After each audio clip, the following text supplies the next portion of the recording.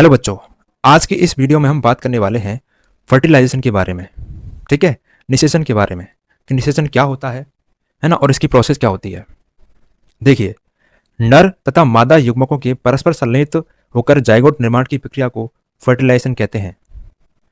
किसको कहते हैं? जिसमें नर और मादा युग्मक मिलते हैं तो इस प्रक्रिया को अपन फर्टिलाइजेशन कहते हैं, जिसके बाद में जाइगोट बनता है।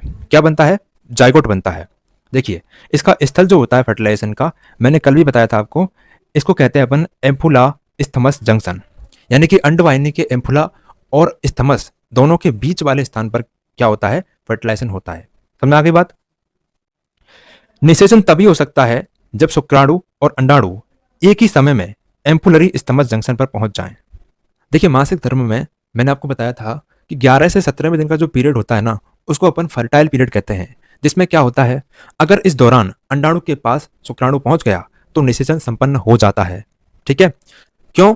क्योंकि ओव्यूलेशन का जो टाइम होता है ना, वो 14वां दिन होता है। ये मैंने आपको कल बताया था, जब मासिक धर्म मैंने पढ़ाया था तो मैंने बताया था कि ओव्यूलेशन 14वें दिन होता है, कभी कभी जल्दी भी हो जाता है। तो इसलिए 11वें दिन से लेकर के 17वें दिन को फर्टाइल पीरियड मानते हैं, क्योंकि जो अंडा होता है ना, वो 2 से 3 दिन जिंदा रहता है। ठीक है, 17वें दिन के बाद पहुंचेंगे तो अंडाणु मर चुका होगा, है ना।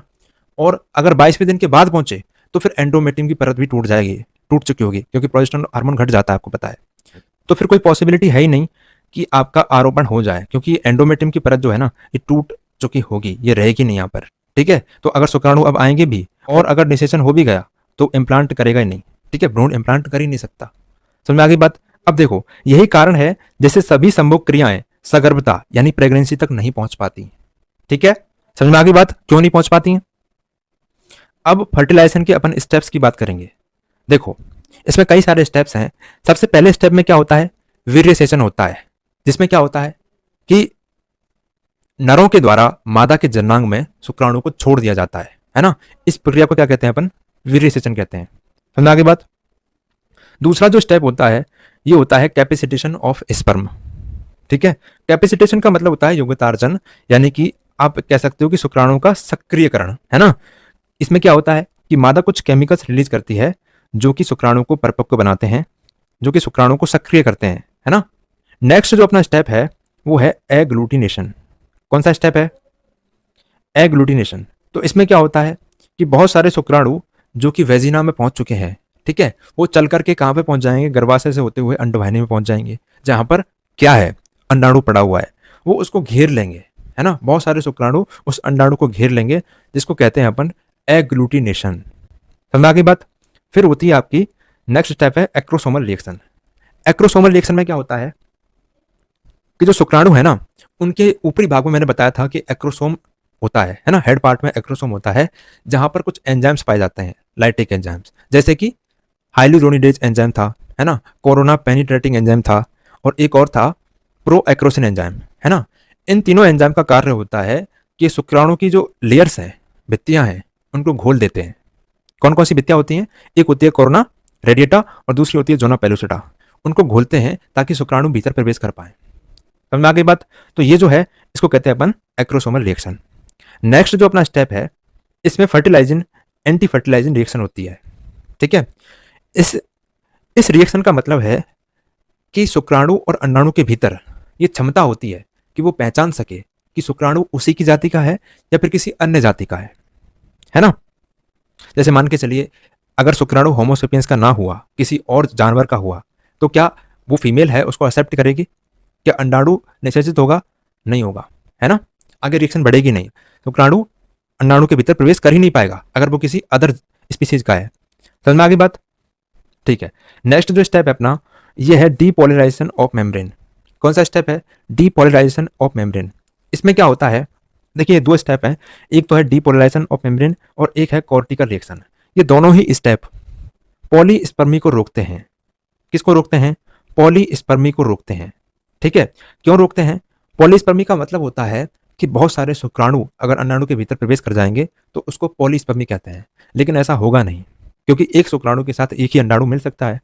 तो जैसे ही एक शुक्राणु अंडाणु के भीतर प्रवेश करता है ना, जैसे ही एक शुक्राणु जो है अंडाणु के भीतर प्रवेश कर जाएगा तो बाकी के शुक्राणु बाहर ही पड़े रह जाएंगे, है ना। बाकी के शुक्राणु इसके भीतर जा ही नहीं पाएंगे, क्योंकि अंडाणु की जो लेयर है ना, वो क्या हो जाएगी? ब्लॉक हो जाएगी।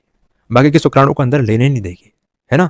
तो कौन कौन सी लेयर हैं, जैसे कि इसकी एक तो होती है मेम्ब्रेन, होती है एग मेम्ब्रेन, है ना, अंडाणु की। एक होती है आपकी जोना पेलुसिडा जो बची रह जाती है, तो ये ब्लॉक कर देती है, ठीक है, बाकी के शुक्राणु को प्रवेश नहीं करने देती हैं, सिर्फ एक शुक्राणु ही भीतर जा सकता है, ठीक है।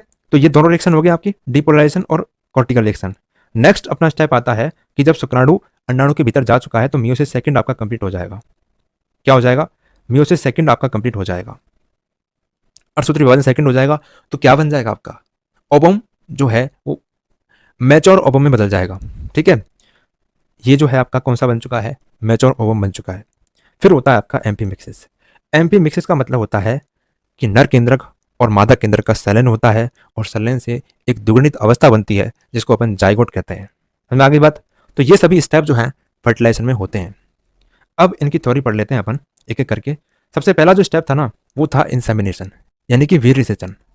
इसमें मैंने क्या बताया था कि लैंगिक उत्तेजना पर नर द्वारा मादा की वेजिना में शुक्राणु मुक्त कर दिए जाते हैं, जिसे इंसेमिनेशन कहते हैं, ठीक है। नेक्स्ट जो स्टेप था अपना उसको कहते हैं अपन कैपेसिटेशन या योग्यतार्जन या फिर क्षमतायन, ठीक है। इसमें शुक्राणु क्या होंगे? सक्रिय होंगे। देखिए, मादा रसायन शुक्राणु पर उपस्थित ग्राही स्थलों को अनावृत कर देते हैं, जिससे शुक्राणु का योग्यतार्जन कहते हैं, ठीक है, जिससे शुक्राणु तेजी से दौड़ सकते हैं, ठीक है। नेक्स्ट जो अपना स्टेप है वो है एग्लूटिनेशन, है ना। एग्लूटिनेशन में क्या होता है? मैंने बताया था कि बहुत सारे शुक्राणु अंडाणु को घेर लेते हैं। देखिए, शुक्राणु सेकेंडरी ओसाइट की सतह पर गुच्छों के रूप में जमा हो जाते हैं, जिसे एग्लूटिनेशन कहते हैं, ठीक है। नेक्स्ट स्टेप है अपना एक्रोसोमल रिएक्शन।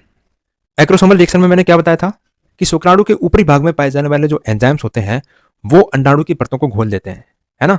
तो जब शुक्राणु ओवम के संपर्क में आता है तो एक्रोसोम एंजाइम मुक्त करते हैं, ठीक है। एक्रोसोम के एंजाइम मुक्त होते हैं तथा ये एंजाइम एग मेम्ब्रेन जैसे कि जोना पेलुसिडा और कोरोना रेडिएटा को घोल देते हैं। इसके बाद में अंडाणु निषेचन शंकु का निर्माण करेगा।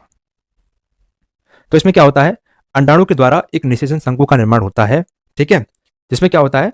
शुक्राणु इजीली प्रवेश कर जाता है, ठीक है, और ये सिर्फ एक शुक्राणु के लिए ही होगा, ठीक है। नेक्स्ट है अपनी फर्टिलाइजिंग एंटी फर्टिलाइजिंग रिएक्शन।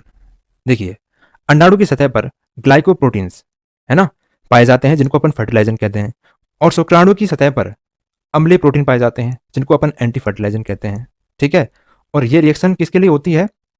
अपनी ही जाति के शुक्राणु को पहचानने के लिए, अर्थात ये रिएक्शन एक ही जाति के युग्मकों के मध्य संलयन में सहायक है, ठीक है। नेक्स्ट है आपकी डीपोलराइजेशन ऑफ मेम्ब्रेन और एक होती है कॉर्टिकल रिएक्शन। इन दोनों में ही मैंने बताया था कि पॉलीस्पर्मी को रोका जाता है ना, बहुत सारे शुक्राणुओं को अंदर प्रवेश होने से रोका जाता है, ठीक है। तो हालांकि पूछे नहीं जाएंगे एग्जाम में, लेकिन फिर भी मैं आपको बता दूं कि डीपोलराइजेशन ऑफ मेम्ब्रेन में फास्ट ब्लॉक ऑफ पॉलीस्पर्मी होता है ना, और कॉर्टिकल रिएक्शन में स्लो ब्लॉक ऑफ पॉलीस्पर्मी होता है। तो मैं आगे बात, दोनों में ही क्या होता है? पॉलीस्पर्मी को रोका जाता है, ठीक है। अब एक बार पढ़ लीजिए इसको कि शुक्राणु का उद्दीपन अंडाणु की प्लाज्मा मेम्ब्रेन में विध्रुवीकरण करता है, जिसके फलस्वरूप अन्य शुक्राणुओं का ओवम में प्रवेश नहीं हो पाता है। इसे फास्ट ब्लॉक ऑफ पॉलीस्पर्मी कहते हैं, ठीक है। कॉर्टिकल रिएक्शन में क्या होता है? ओवम की मेम्ब्रेन के ठीक नीचे गोल्जी बॉडी से व्युत्पन्न अनेक कॉर्टिकल ग्रेन्यूल्स पाए जाते हैं, ठीक है, और शुक्राणु के उद्दीपन से सभी ग्रेन्यूल्स ओवम की प्लाज्मा झिल्ली एवं जोना पेलुसिडा के बीच मुक्त हो जाते हैं। इससे क्या होगा? ये पदार्थ जोना पेलुसिडा को कठोर कर देते हैं, और जैसे ही जोना पेलुसिडा कठोर होगी तो बाकी के शुक्राणु फिर अंदर प्रवेश कर ही नहीं पाएंगे, ठीक है। इसके फलस्वरूप क्या होगा?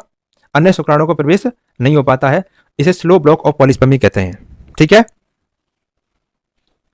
नेक्स्ट स्टेप है अपना मियोसिस सेकंड। क्या होता है मियोसिस सेकंड?